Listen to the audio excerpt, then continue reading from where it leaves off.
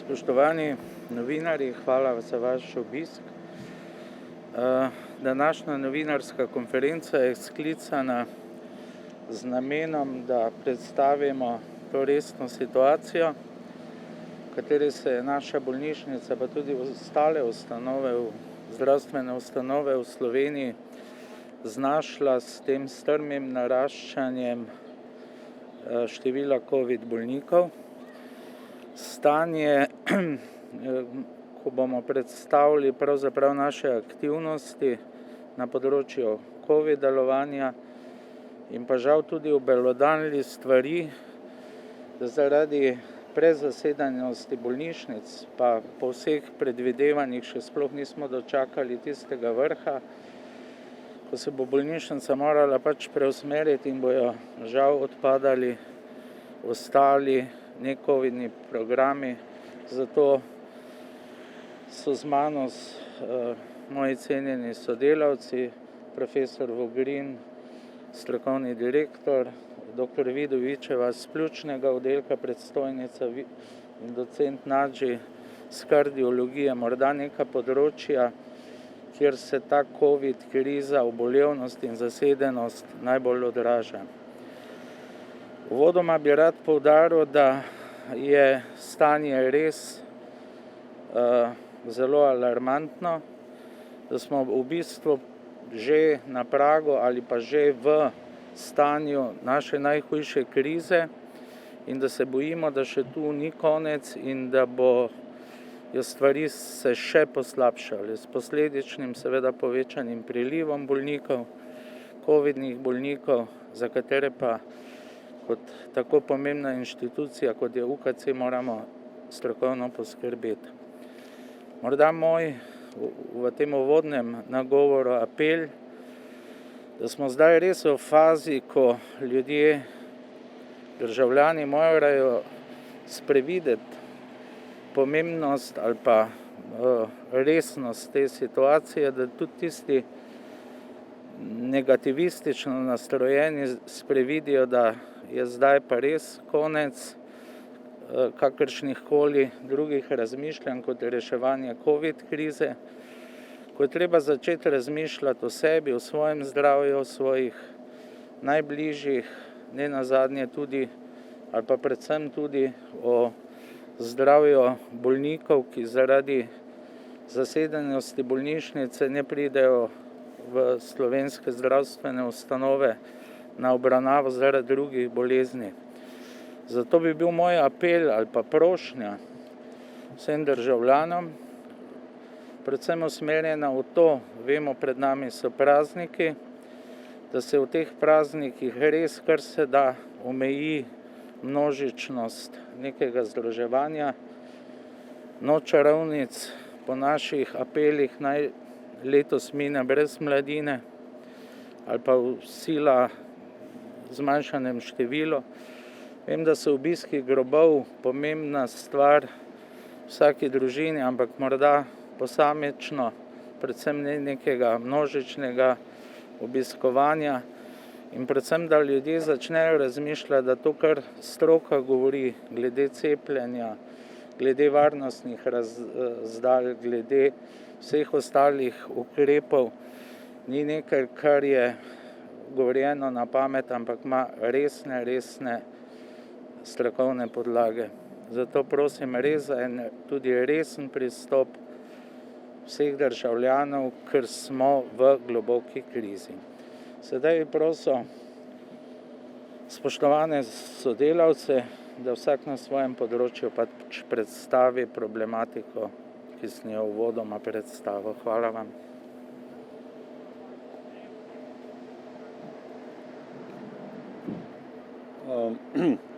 Lep pozdrav. Jaz bi na kratko predstavil problematiko oziroma trenutno stanje na kliniki za interno medicino in tudi na oddelku za kardiologijo. Zaradi trenutne COVID situacije in zaprtja oddelka za infekcijske bolezni, ki je sedaj povsem namenjen COVID bolnikom, so vsi ti bolniki sedaj v glavnem obremenili interno kliniko, govorimo o številu 35 do 40 bolnikov, tako da interna klinika je trenutno povsem zasedena. Prav tako je treba vedeti, da zaradi odpadanja določenih preventivnih oziroma rednih programov v preteklosti, ki jih tudi z dodatnimi programi nismo uspeli čez poletje povsem pokrpati, imamo večji naval akutno obolelih internističnih bolnikov, ki prav tako pritiskajo na kliniko. Zaradi tega je seveda tudi tako velika zasedenost in žal je tudi smrtnost zaradi tega večja. Tako da tudi z naše strani predvsem apel vsem, ki še vedno mislijo, da ne gre za resno bolezen, da ponovno premislijo, saj posledice vsakodnevno opažamo pri nas. Ne nastradajo samo bolniki, ki imajo COVID, ampak tudi veliko starejših bolnikov z več boleznimi, internističnih bolnikov, ki ne morejo biti tako kakovostno oskrbljeni, kot so bili oskrbljeni pred COVID pandemijo. Dokler ne bo precepljenost dovolj velika, da bo število COVID bolnikov v bolnišnicah obvladljivo, potem bo tudi zdravljenje na vseh drugih odsekih medicine, vključno z interno medicino, slabše. To je z moje strani. Hvala.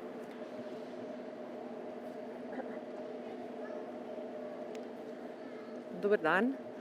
Jaz bi pa predstavila trenutno situacijo na oddelku za pljučne bolezni. Oddelek za pljučne bolezni je že več kot en mesec, več kot 100% zaseden. Predvsem na račun respiratornih okužb zaradi ne-covidne bolezni, se pravi drugih respiratornih virusov, ki prav tako potrebujejo zdravljenje s kisikom. Ostali naši bolniki so onkološki bolniki. Manevrskega prostora za krčenje programov v pulmologiji je izredno malo. Naši bolniki se bodisi dušijo ali so pa onkološki, tako da jih ne moremo odklanjati. Letos opažamo, da imamo veliko več teh respiratornih okužb, respiratorni sincicijski virus, rinovirus, kar lani v takem obdobju ni bilo prisotno. Pred vrati pa je še gripa. In tega se zelo bojimo. Že v predcovidnem obdobju je gripa velikokrat povzročala težave in smo imeli oddelke že takrat polno zasedene. Zato bi jaz ob tej priložnosti pozvala ljudi, da se cepijo tudi proti gripi, da bomo zmanjšali breme bolnišnicah zaradi obolenja z gripo. Kar se pa tiče ambulantnih bolnikov, tudi tega imamo veliko v covidnem obdobju, v postcovidni ambulanti, vsaj 20 dodatnih bolnikov vsak teden. Del pulmoloških postelj je še vedno namenjen za post-covid rehabilitacijo bolnikov z najtežjim potekom covidne bolezni. Bolniki so na naš oddelek na rehabilitacijo napoteni iz intenzivnih enot in rehabilitacija seveda zahteva daljše hospitalizacije. Hvala lepa.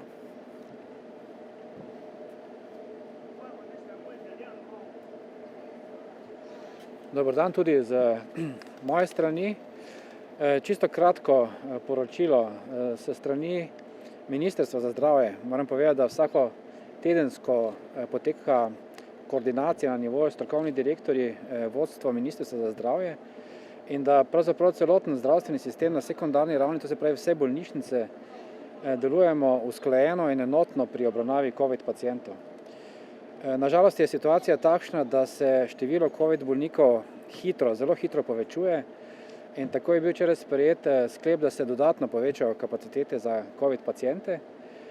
Konkretno to pomeni, da je na slovenskem nivoju potrebno zagotoviti približno 750 postelj za COVID pacijente, govorim vse skupaj, od tega 159 za pacijente, ki potrebujejo intenzivno terapijo. To je velika obremenitev za celoten zdravstveni sistem in če to projiciram za našo bolnišnico, od danes naprej moramo zagotavljati prostor za 60 pacijentov v akutni obravnavi in za 32 pacijentov v intenzivni terapiji. Od srede prihodnjega tedna pa 34 pacijentov v intenzivni terapiji in 70 pacijentov v akutni obravnavi. Kaj to pomeni za našo bolnišnico? Pomeni izjemen napor, kot je že povedal že dr. Nadži, kot je povedala dr. Vidovičeva in kot je povedal direktor Crnjac. To pomeni, da kader in resursi, govorim zdaj o prostorih in oprema, ki so namenjeni drugače obravnavi internističnih, kirurških in drugih pacijentov, ne morejo biti več porabljeni za te namene, pač pa jih potrebujemo za obravnavo COVID pacijentov. To konkretno pomeni, da so najmanj 3 ali 4 oddelki tako rekoč zaprti, seveda proporcionalno v celotni bolnišnici, in da je kader prerazporejen za COVID pacijente. Več kot 10% je naše delo zmanjšano v tem času in seveda najbolj trpijo tisti pacijenti, ki pravzaprav lahko nekaj počakajo, niso akutni pacijenti, ne potrebujejo takošne hospitalizacije, ampak ta kriza, kot veste, traja že leto in pol in to se sedaj že kopiči. Beležimo povečanje, podaljšanje čakalnih vrst in pa rezultati zdravljenja, kot ste slišali, so vse slabši. Tako da tudi z mojega zornega kota še enkrat apel vsem državljanom. V času teh praznikov ponovno razmislite o svojem ravnanju, o svojem prispevku. Namreč ne odločate samo o svojem zdravju, o zdravju svojih bližnjih, ampak odloča vsak izmed nas tudi o zdravju pacijentov, ki nujno potrebujejo zdravljenje v bolnišnici in do tega ne morejo priti. Govorimo o pacijentih z možgansko krvavitvijo, z rakastimi obolenji in tako naprej. Skratka, ravnajte odgovorno, razmislite o tem, na kakšen način se boste združili, kako boste upoštevali socialno distanco, uporabljali zaščitne maske in pa seveda še enkrat razmislite o cepljenju. Skratka, vsa orožja, ki so na razpolago, je vredno izkoristiti, ker gre za življenja naših sodržavljanov. Toliko.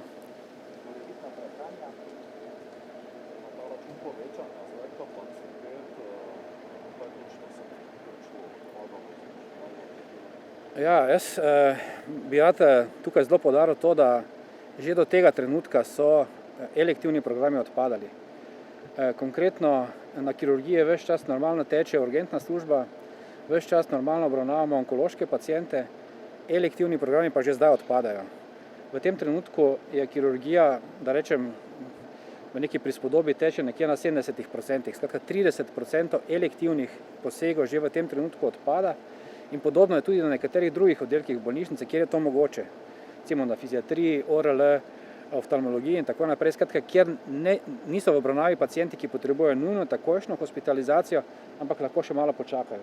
In seveda to se kopiči, še enkrat, čakalne dobe se bistveno daljšajo, konkretno na ortopediji se je število čakajočih povečalo iz 2500 na 3500 in tako naprej. Te številke so takšne, kot so. Dodatne kapacitete, ki jih bomo morali zagotoviti, spravi 70 in tako naprej, pomenijo zapiranje dodatnih oddelkov. Tukaj je na udaru v prvi fazi v načrtovanju bil oddelek za pljučne bolezni, ampak kot slišite predstojnico, oddelek je nabito poln z respiratornimi boleznimi.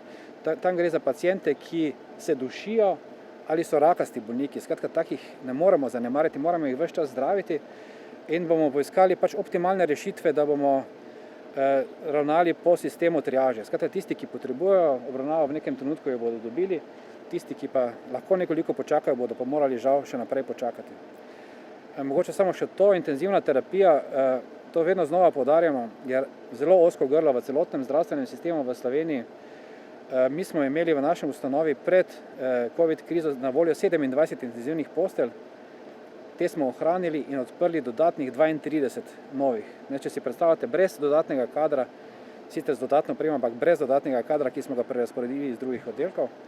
Če ponazorim, na COVID oddelkih je v tem trenutku približno 150 medicinskih sester in 40 zdravnikov, ki skrbijo za COVID pacijente. In še enkrat poudarjam, COVID pacijenti zahtevajo hospitalizacijo zdaj, ker so pacijenti, ki se dušijo. Brez dodatnega kisika bi bilo njihovo življenje ogroženo.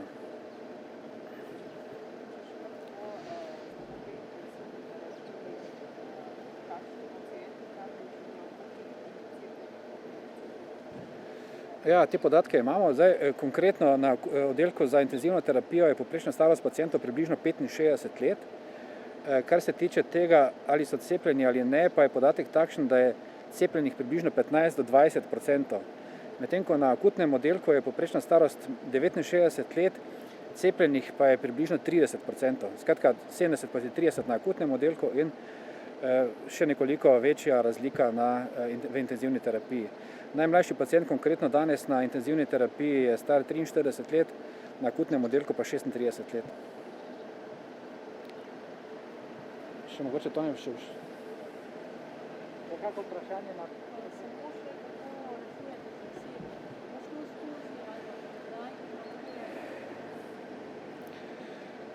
Kar se tiče osebe, je stanje že pred COVID krizo bilo takšno, da smo bili soočeni z velikim pomanjkanjem predvsem medicinskih sester, na nekaterih oddelkih tudi zdravnikov, konkretno na intenzivni terapiji.